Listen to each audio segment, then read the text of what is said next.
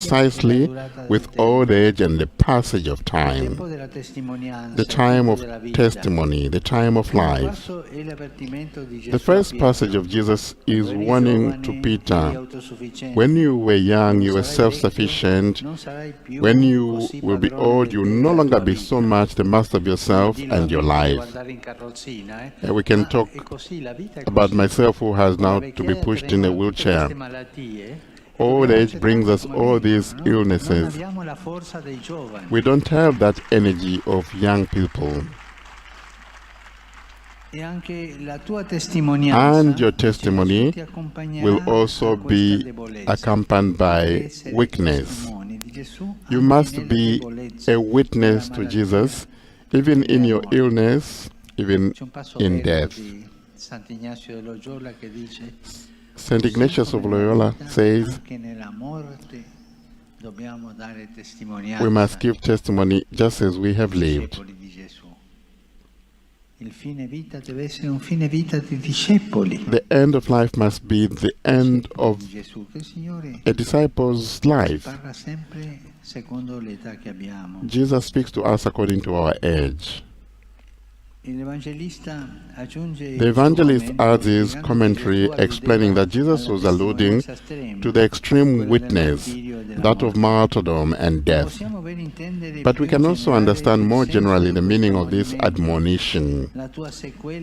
You will have to learn to allow yourselves to be instructed and be molded in your fragility, your helplessness, your dependence on others, even in dressing, in walking.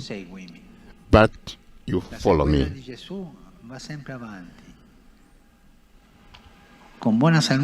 With good health or lack of good health, when we are autonomous or not, what is important is to always follow Jesus. On our feet, running, slow, in a wheelchair, always following Jesus.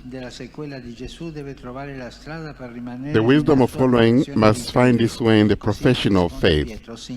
As Peter responds, Lord, you know I love you, even in the limited conditions of my weakness and old age. I like to speak with old people, looking at them in the eye, as their eyes, their brilliant eyes, as they give testimony to a life lived. And these we must conserve. This conversation between Jesus and Peter contains valuable teaching for all disciples, for all of us believers, and also for all the elderly. We must learn from our frailty to express the coherence of our witness of life under conditions largely entrusted to others, largely dependent on the initiative of others. With illness, old age, we are no longer autonomous as we were once. Even there, in our frailty, our faith grows.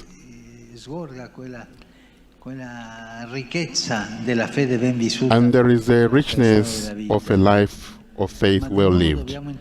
But again, we must ask ourselves, do we have a spirituality truly capable of interpreting the seasons, now long and widespread, of this time of our weakness entrusted to others, rather than to the power of our autonomy? How do we remain faithful to the lived sequel, to the promised love, to the justice sought in the time of our capacity for initiative, in the time of the fragility of dependency, or the leave of our protagonism to others? It is not easy to be not protagonists of our own lives anymore. This new life is also a time of triumph, certainly, beginning with a temptation, very human, undoubtedly, but also very insidious, so that we can preserve our protagonism. At a certain age, we can no longer be protagonists of our own lives. Old age makes sure that we are not able to do that. But there are many other things that we can still do in families and among friends. And this is the curiosity that comes to Peter.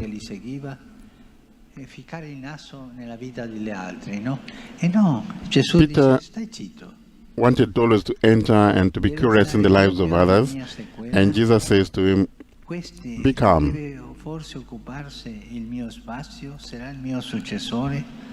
Peter, seeing the beloved disciple following them, asked, does he have to be my following? Must he occupy my place? And Jesus responds, what does it matter to you? Take care of your own life. Don't be curious about matters of others. Just follow me. That's what is important. Follow Jesus in life and even in death, in good health, in sickness. Even when life is prosperous, when we are successful, even when things are difficult in life, even when we fall, when we want to unnecessarily be curious in the lives of others, Jesus will tell us, what does it matter to you? Just follow me. Old people should not be envious of young people who take their way, who occupy their place, who outlast them.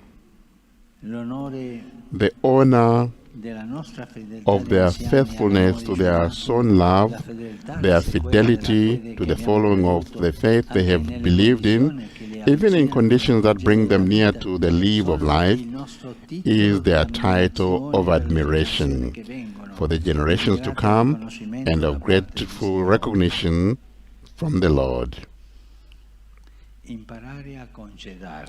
We must learn to say goodbye. This is the say goodbye with a smile to society. Say goodbye to society, to other people. The life of an older person is a slow goodbye.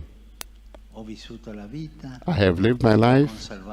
I have conserved my life, my faith. This is beautiful when an old person can say that. I have lived my life. I have done some good things. This peace that comes to us when an old person says goodbye is good. And also, as Maria, the brother of Lazarus, will become beautiful in our lives. This part of our life will never be taken away from us. Let us look at let us take care of the older persons so that we can help them live their wisdom. Then they can give us that wisdom of theirs. Let us listen to them. And on us, the elderly, let us look at the younger people with a smile for the young people as they follow their own street. This is what we have, the seeds we have sown. Even maybe we didn't have opportunities, we couldn't do certain things. An older person cannot be happy if he doesn't look at younger persons, and younger people can never be happy if they do not look to older persons. Thank you.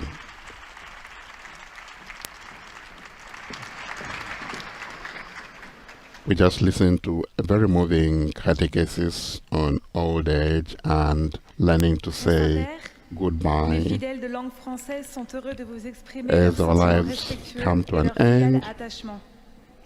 And now